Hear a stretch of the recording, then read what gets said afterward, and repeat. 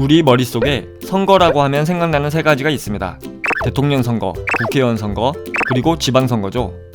대통령 선거는 대통령을 뽑고요. 국회의원 선거는 국회의원을 뽑습니다. 간단하죠? 그런데 지방선거는 도대체 누굴 뽑는 선거인가요? 이름부터 알쏭달쏭한 지방선거는 선거 과정도 복잡한데요. 다른 선거와 달리 선거벽보도 너무 많고 투표용지도 여러 장입니다. 여러 개의 선거를 한꺼번에 치르기 때문이죠. 이렇게 복잡한 선거이기 때문에 지방선거를 할 때는 후보자가 누군지 잘 모르고 투표하는 유권자가 많다고 합니다. 지방선거, 과연 어떤 선거이고 누구를 뽑는 건가요?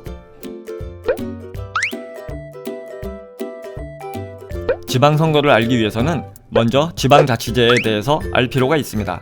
지방자치제는 중앙정부에서 독립한 지방자치단체가 주민들의 의사를 반영해 살림을 꾸리는 건데요.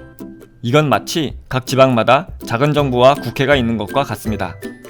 물론 중앙정부가 담당해야 할 외교, 국방, 사법, 국세 등의 업무는 제외한 것이죠.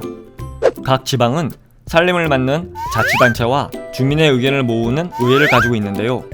지방선거는 바로 이곳에서 일할 사람들을 뽑는 선거인 것입니다. 그런데 지방자치단체는 생각보다 복잡하게 구성이 되어 있습니다. 주민 한 사람은 좁게 보면 시, 군, 구에 살고 있지만 넓게 보면 특별시나 도에 살고 있죠. 범위가 좁은 자치단체는 기초단체, 큰 자치단체는 광역단체라고 하는데요. 이 둘의 구성원을 모두 뽑아야 합니다.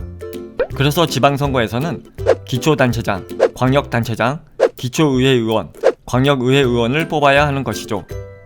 예를 들어 내가 알쏭도 달쏭군에 살고 있다면 알쏭도 도지사와 달쏭군수, 알쏭도 의회의원과 달쏭군 의회의원을 뽑아야 하는 것입니다.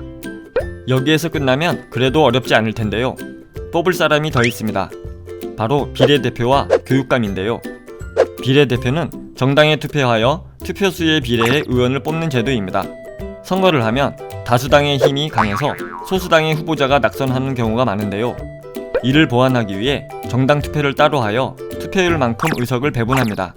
이러면 소수 정당의 후보도 의회에 진입할 수 있기 때문에 소수 의견을 존중할 수 있게 되죠. 비례대표 역시 광역의회 비례대표와 기초의회 비례대표 2명을 뽑아야 합니다. 교육감 선거는 내가 살고 있는 지역의 교육정책을 담당할 사람을 뽑는 것입니다. 지역 교육을 책임지는 선거이므로 다른 선거와 마찬가지로 중요합니다. 마지막으로 또 한 가지, 국회의원 보궐선거가 있는데요. 여러가지 사정으로 국회의원을 다시 뽑아야 하는 곳은 지방선거 기간에 함께 국회의원 선거를 치릅니다. 정리하면 지방선거에서는 광역단체장, 기초단체장, 광역의원, 기초의원, 광역비례대표, 기초비례대표, 교육감을 뽑기 위한 7장의 투표용지에 투표를 해야 합니다. 보궐선거가 치러지는 지역에서는 국회의원 투표용지를 한 장 더 받게 됩니다.